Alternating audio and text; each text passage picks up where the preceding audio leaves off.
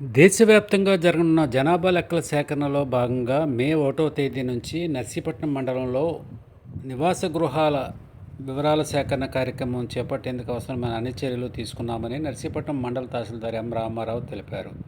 ఇందుకు సంబంధించిన కిట్లను ఆయన ఎన్యూమరేటర్లకు అందజేసి నివాస గృహాల సెన్సస్ కార్యక్రమానికి సంబంధించిన సూచనలను అందజేశారు.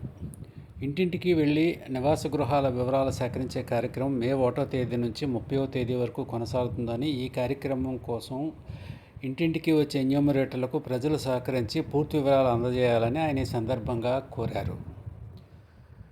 తదుపరి దశలో జనాభా లెక్కల సేకరణ కార్యక్రమం జరుగుతుందని, ప్రస్తుతం తొలి దశలో నివాస గృహాల సేకరణ వివరాలు మాత్రమే సేకరిస్తారని ఆయన అన్నారు. గుడ్ మార్నింగ్ అండి.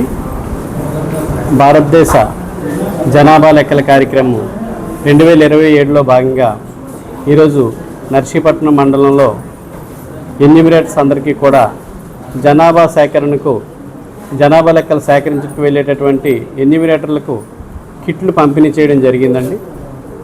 రేపటి నుంచి అంటే 1/5/2026 నుంచి 30/5/2026 వరకు కూడా ఫస్ట్ ఫేజ్ మనం జనాభా లెక్కలు సేకరించడం జరుగుతుంది.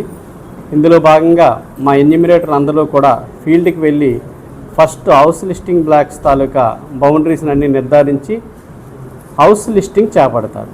ఇందులో జనాభాని లెక్కించడం జరగదండి. ఈ ఫేజ్లో 2027 ఫిబ్రవరిలో వచ్చే సెకండ్ ఫేజ్లో జనాభాని లెక్కిస్తాం. ఫస్ట్ సెన్సస్ హౌస్ని మనం ఐడెంటిఫై చేయడం జరుగుతుందండి. రేపటి నుంచి ఈ కార్యక్రమం మనం మండలంలో ప్రారంభమవుతుంది. ప్రజలందరూ కూడా మీ ఇళ్ల వద్దకు వచ్చేటటువంటి ఎన్యూమరేటర్స్ అందరికీ కూడా సహకరించి మీ యొక్క వివరాలు నమోదు చేయాల్సిందిగా కోరడమైందండి. Thank you.